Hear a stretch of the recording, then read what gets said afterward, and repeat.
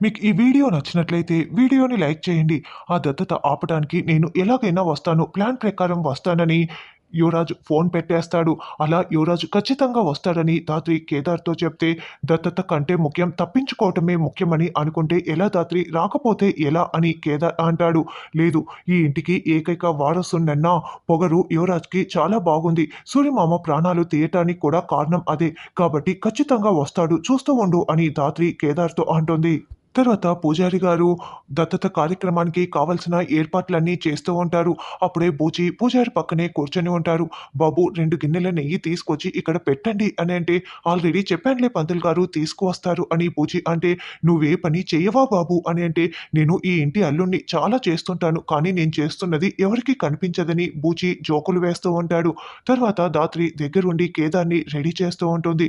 "నువ్వు రెడీ అవ్వు కేదార్, నేను మళ్ళీ వస్తాను" అని ధాత్రి వెళ్తూ ఉంటుంది. ఎందుకంటే చాలా పనులున్నాయి కదా అని అంటే, "ధాత్రి అవన్నీ వాళ్ళు చూసుకుంటారులే. నువ్వు నా పక్కనే ఉండు ధాత్రి" అని కేదార్ అనడంతో, అలాగేనని ధాత్రి ఎంత బాగున్నావో అని కేదార్‌ని మెచ్చుకుంటూ మెటికలు విరుచుకుంటూ ఉంటుంది. ధాత్రి, నాకు ఎంత సంతోషంగా ఉందో. ఈ దత్తత కార్యక్రమం పూర్తి అవుతుంది కదా! నాకు నాన్న వస్తున్నారు ధాత్రి. నేను నాన్నని నాన్న అని పిలవచ్చు ధాత్రి. నాకు నాన్న మాత్రమే కావాలి. ఇంకేమీ వద్దు ధాత్రి అని కేదార్ చెప్తుంటే, ధాత్రి కేదార్‌ని అలాగే చూస్తూ ఉంటుంది. అప్పుడే కౌశికి వచ్చి కేదార్ మాటల్ని వింటూ ఉంటుంది. కేదార్‌కి నాన్న అంటే ఎంత ప్రేమో అయినా కూడా బాబాయ్ మాత్రం కొడుకుగా అంగీకరించటం లేదు. ఈ విధంగానైనా బాబాయ్‌ని, కేదార్‌ని ఒకటి చేయగలుగుతున్నాను అని కౌశికి మనసులో అనుకుంటూ ఉంటుంది. "అక్క, ఎప్పుడొచ్చావక్క? రా అక్క" అని కేదార్ పిలుస్తూ ఉంటాడు. ధాత్రి పిలిచినప్పుడు కేదార్‌ని తీసుకొని కిందికి వచ్చేసేయ్, నేను వెళ్తున్నాను అని అంటే, అప్పుడు సరేనని ధాత్రి అంటుంది. "ఆగక్క" అంటూ, "నన్ను ఆశీర్వదించక్క" అని కౌశికి కాళ్ళపై పడతాడు. "ఏంటి కేదార్ ఇది" అని అంటే, "నీ వల్లే కదక్క ఇదంతా జరుగుతుంది. అందుకే నీ ఆశీస్సులు నాకు కావాలక్క" అని కేదార్ అంటాడు. "ఎప్పుడు సంతోషంగా ఉండు" అని కౌశికి ఆశీర్వదిస్తూ ఉంటుంది. "అక్క, నీకు చాలా చాలా థాంక్స్ అక్క. నువ్వు అనుకోకపోయి ఉంటే ఇదంతా జరిగి ఉండేదే కాదు. నేను నాన్నని ఎప్పటికీ నాన్న అని పిలిచి ఉండేవాడినే కాదక్కా. ఈ జన్మలో నేను నీకు సొంత తమ్ముడిగా పుట్టలేకపోయాను. వచ్చే జన్మంటూ ఉంటే నీకు సొంత తమ్ముడిలా పుట్టి నేను రుణం తీర్చుకుంటానక్కా" అని కేదార్ అంటే, "అలా మాట్లాడకు కేదార్. నువ్వు నా సొంత తమ్ముడివి అయినా కాకపోయినా నువ్వు ఎప్పటికీ నా తమ్ముడివే. ఈ ఇంట్లో నీకు ఆ స్థానం ఎప్పటికీ ఉంటుంది. నేను మాత్రం నిన్ను సొంత తమ్ముడుగానే చూసుకుంటాను" అని కౌశికి అంటుంది. "ఇదంతా నీ మంచితనం అక్క" అని కేదార్ అంటాడు. "అయినా ఇది నీ హక్కు కేదార్. నేను ఇంట్లో ఉన్న పరిస్థితుల వల్ల నేను నోరు విప్పి మాట్లాడలేకపోతున్నాను. ఇలా జరిపించాల్సి వస్తోంది" అని కౌశికి మనసులో అనుకుంటూ ఉంటుంది. "ఇప్పుడే అక్క అని అప్పుడే రుణానుబంధాల గురించి మాట్లాడుతున్నావు. అక్క తమ్ముళ్ళ మధ్య రుణానుబంధాలేంటి? సరే జగదాత్రి పిలిచినప్పుడు వచ్చేయండని" కౌశికి వెళ్ళిపోతుంది. తర్వాత వైజయంతి, నిషి, కమలాకర్ గదిలో టెన్షన్ పడుతూ ఉంటారు. అసలు ఏదో ఒకటి చేసి ఈ దత్తత కార్యక్రమాన్ని ఆపేస్తానన్న అప్పుడు ఇప్పటి వరకు ఒక్క ఫోన్ కాల్ కూడా లేదు అని వైజయంతి అంటే, "నువ్వు టెన్షన్ పడకు వదినా" అని కమలాకర్ అంటాడు. "టెన్షన్ పడకుండా ఉండటం ఏంటి మరిది? ఇక్కడ ప్రాణాలే పోతుంటే అమ్మి నిషి ఒకసారి నువ్వు అప్పుడికి ఫోన్ కలుపు" అని అనడంతో వెంటనే నిషి యువరాజ్‌కి కాల్ చేస్తుంది. "ఏంటి యువరాజ్" అని నిషి అనడంతో, "ఏంటి అక్కడ దత్తత కార్యక్రమం మొదలైపోతోందా? సరే, ఏదో ఒకటి చేసి నేను ఈ దత్తత కార్యక్రమాన్ని ఆపుతానని చెప్పాను కదా! మీరు ఆ దత్తత కార్యక్రమం చాలా లేట్ అయ్యేలా చేయండి. వీలైనంత లేట్‌గా జరిగేలా చేయండి" అని అనడంతో, అలాగేనని నిషి, వైజయంతి అంటారు. "ఈ లోపల ఏం చేయాలో నేను చెప్తానులే" అని యువరాజ్ ఫోన్ పెట్టేస్తాడు. "ఇప్పుడు నేను బ్రతికే ఉన్నానని అక్కకి తెలిస్తే కానీ ఈ దత్తత కార్యక్రమాన్ని ఆపదు. అంటే నేను ఖచ్చితంగా బయలుదేరి వెళ్ళాల్సిందే. కనిపిస్తే కానీ ఈ దత్తత కార్యక్రమం ఆగిపోదు" అని యువరాజ్ బయలుదేరి వస్తూ ఉంటాడు. అప్పుడే ధాత్రి ఇప్పుడు ఈ దత్తత కార్యక్రమాన్ని ఎలా ఆపాలో యువరాజ్‌కి అర్థం కాక, తను వస్తేనే దత్తత కార్యక్రమం ఆగిపోతుందని బయలుదేరి వస్తుంటాడు కేదార్ అని ధాత్రి కూడా చెప్తూ ఉంటుంది. తర్వాత పూజారి గారు, "అమ్మ వచ్చి కూర్చుంటే దత్తత కార్యక్రమం మొదలు పెడదాము" అని అనడంతో, అప్పుడు సురేష్ సుధాకర్‌ని తీసుకొచ్చి పీటలపై కూర్చోపెడితే, ధాత్రి కేదార్‌ని తీసుకువచ్చి పీటలపై కూర్చోపెట్టడంతో కేదార్ సుధాకర్ వైపు చూస్తూ చాలా చాలా సంతోషపడుతూ ఉంటారు.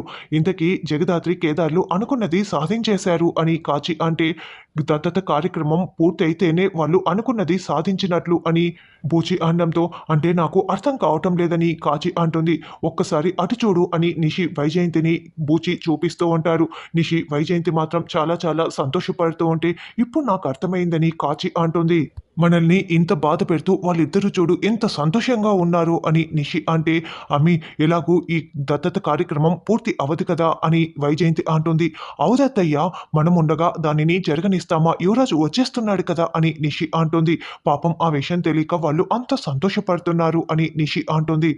అమ్మ, మీరు కూడా వచ్చి కూర్చోండి అని పంతులు గారు వైజయంతికి చెప్తూ ఉంటే, లేట్ చేయమని చెప్పిన యువరాజ్ మాటల్ని గుర్తు చేసుకుంటూ వైజయంతి అలాగే నిలబడి ఉంటుంది. పిన్ని వచ్చి కూర్చోండి, మీకే చెప్తున్నదని కౌశికి ఎంత చెప్తున్నా కూడా వైజయంతి పట్టించుకోకుండా అలాగే నిలబడి ఉంటుంది.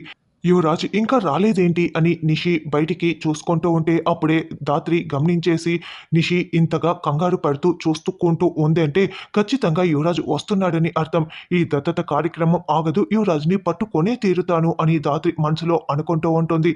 జగదాత్రి, కార్లో స్వీట్లున్నాయి, కాస్త వెళ్ళి తీసుకువస్తావా అని కౌశికి చెప్పటంతో ధాత్రి అక్కడి నుంచి వెళ్ళిపోతుంది. పిన్ని, మీకే చెప్తున్నది, వచ్చి కూర్చోండి అని కౌశికి మరీ మరీ చెప్తూ ఉంటుంది. అప్పుడే యువరాజ్ కారు దిగి లోపలికి వస్తూ ఉంటాడు. సరిగ్గా అప్పుడే ధాత్రి కారులో ఉన్న స్వీట్లు తీసుకుంటూ ఉంటుంది. అప్పుడు వెంటనే మీనన్ అక్కడికి వచ్చి యువరాజ్ని లోపలికి వెళ్లకుండా చేయి పట్టుకొని పక్కకు లాక్కు వస్తాడు. బై, ఏంటి బై ఇలా లాక్కు వస్తున్నారు, నేను వెళ్ళాలి బై అని యువరాజు బతిమలాడుతూ ఉంటాడు. లేదు, ఇలాంటి ఒక అవకాశం కోసమే ఆ జేడి ఎంతో ఎదురు చూస్తుంది. ఇప్పుడు తనకి నువ్వు అవకాశం ఇస్తున్నావా? నువ్వు వెళ్ళటానికి వీల్లేదు, వెళ్తే ఏం జరుగుతుందో నాకు తెలుసు, నువ్వు వెళ్ళటానికి వీల్లేదని మీనన్ యువరాజ్ని అడ్డుకునేస్తాడు. ధాత్రి స్వీట్స్ తీసుకొని మళ్ళీ హోమం దగ్గరికి వచ్చేస్తుంది. ఇక కౌశికి దగ్గరుండి రా పిన్ని రా అంటూ బలవంతంగా పీటలపై కూర్చోపెడుతుంది. అమ్మ, కంకణాలు కట్టుకోండి అని ఒకరికి ఒకరు అందరికీ కంకణాలు ఇస్తుంటే ఇక కేదార్కి సుధాకర్ కంకణం కడతాడు. కేదార్ ఆ కంకణాన్ని చూసుకొని చాలా చాలా సంతోషపడుతూ ఉంటే వైజయంతి మాత్రం కోపంతో రగిలిపోతూ ఉంటుంది. తర్వాత పూల మాలలు వేసుకొని హోమాన్ని మొదలు పెడుతూ ఉంటారు. యువరాజ్, నువ్వు ఇక్కడే ఎక్కడో ఉన్నావని నాకు అర్థమవుతోంది, త్వరగా బయటికి వచ్చేసే యువరాజు, నీ వారసత్వాన్ని వచ్చి నువ్వు కాపాడుకోవటానికి ఇక్కడికి వస్తావని నాకు తెలుసు, వచ్చేసే యువరాజ్ అని ధాత్రి మనసులో అనుకుంటూ ఉంటుంది. ఎవరికి వాళ్ళు సంతోషంగా ఉన్నారేంటి, ఇక్కడ ఏం జరుగుతోంది అని కాచి అంటే, నాకు తెలిసి సునామీకి ముందు ప్రశాంతంగా ఉంటుంది కదా, అదే జరుగుతోంది అనిపిస్తోందని బూచి అంటాడు. ఇక హోమాన్ని పూర్తి చేసేసి ఈ ముడుపుని హోమంలో వేయండి అని పూజారి గారు చెప్తారు. కేదార్, సుధాకర్, వైజయంతి ముగ్గురు కలిసి ముడుపుని హోమంలో వేస్తూ ఉంటే ఇక్కడ హోమం కూడా పూర్తయిపోతుంది. వస్తానన్న యువరాజ్ ఇంకా రాలేదేంటి అని నిషి ఇంకా ఎదురు చూస్తూనే ఉంటుంది. ఇదంతా చూస్తున్న ధాత్రి చాలా చాలా సంతోషపడుతూ ఉంటే కౌశికి కూడా ఇన్నాళ్ళకి ఈ కుటుంబం నీకు చేసిన అన్యాయానికి కాస్తైనా ప్రాయశ్చిత్తం చేసుకుంటున్నట్లు ఉంది కేదార్ అని మనసులో సంతోషపడుతూ ఉంటుంది. అయ్యా, హోమం పూర్తయిపోయింది కదా, ఇక దత్తత కార్యక్రమాన్ని కూడా పూర్తి చేసేద్దాం అని పూజారి గారు అంటారు. అమ్మ, మీరు ముగ్గురు కూర్చోండి, ఈ పాలని నీళ్ళని ఈ బాబు చేతుల మీదుగా వీళ్ళిద్దరి చేతుల్లో పడేలా పోయండమ్మా, అప్పుడు దత్తత కార్యక్రమం ముగుస్తుంది అని పూజారి గారు చెప్పడంతో ఇక ముగ్గురు దోసిళ్ళు పట్టుకొని ఉంటే కౌశికి పాలని నీళ్ళని పోస్తూ ఉంటుంది. అలా పోస్తూ ఉన్నప్పుడు కేదార్, ధాత్రి ఒకరిని ఒకరు చూసుకుంటూ చాలా చాలా సంతోషపడుతూ ఉంటాడు. సుధాకర్ కూడా చాలా సంతోషపడుతూ ఉంటే వైజయంతి మాత్రం కోపంతో రగిలిపోతూ ఉంటుంది. అలా దత్తత కార్యక్రమం పూర్తయిపోయిందని పూజారి గారు చెప్తారు. బాబు, ఇక నుంచి ఈయనే నీ తండ్రి, ఇప్పటి నుంచి నీ ఇంటి పేరు మారుతుంది, ఇప్పటి నుంచి నీ పేరు వజ్రపాటి కేదార్ అని పూజారి గారు చెప్తారు. వెంటనే కేదార్ నాన్న అంటూ సుధాకర్ని గట్టిగా హక్ చేసుకుంటే సుధాకర్ కూడా చాలా చాలా సంతోషపడుతూ కేదార్ని చూసుకుంటూ మురిసిపోతూ ఉంటారు. అలా కేదార్ నాన్న నాన్న అని ఒక 4-5 సార్లు సుధాకర్ని పిలుస్తూ ఉంటాడు. నాన్న, ఈ మాట నేను మనస్ఫూర్తిగా నిన్ను పిలవటానికి 25 ఏండ్లు పట్టింది నాన్న అని కేదార్ సుధాకర్తో అంటే, ఇక నుంచి నువ్వు ధైర్యంగా నన్ను నాన్న అని పిలవచ్చు అని సుధాకర్ చెప్తుంటే ఇక కేదార్ సుధాకర్ చేతుల్ని పట్టుకొని చాలా చాలా సంతోషపడుతూ ఉంటాడు. కౌశికి కూడా సంతోషపడుతూ ఉంటుంది. ధాత్రి ఇదంతా కూడా కలగంటుంది. కళ్ళలోనే ఇంత అద్భుతంగా జరిగితే, నిజంగా జరిగితే ఇంకెంత బాగుంటుందో అని ధాత్రి మనసులో అనుకుంటూ ఇదంతా కూడా కలగని ఉంటుంది. అత్తయ్య గారు కూర్చోండని ధాత్రి చెప్తుంది. ఇంకా వైజయంతి కూర్చోకుండా అలాగే నిల్చొని ఉంటుంది. ఈ దత్తత కార్యక్రమం పూర్తయిపోతే నేను నా కొడుకు అన్యాయం అయిపోతారు, జరగకూడదు, వీలైనంత లేట్ అవ్వాలి అని వైజయంతి మనసులో అనుకుంటూ ఉంటుంది. పిన్ని ప్లీజ్ పిన్ని అని కౌశికి అడుగుతూ ఉంటే కేదార్ని దత్తత తీసుకోవటం నాకు ఇష్టం లేదమ్మీ అని వైజయంతి తేల్చి చెప్పేయటంతో నిషి సంతోషపడుతూ ఉంటే ధాత్రి వాళ్ళు షాకింగ్గా చూస్తూ ఉంటారు.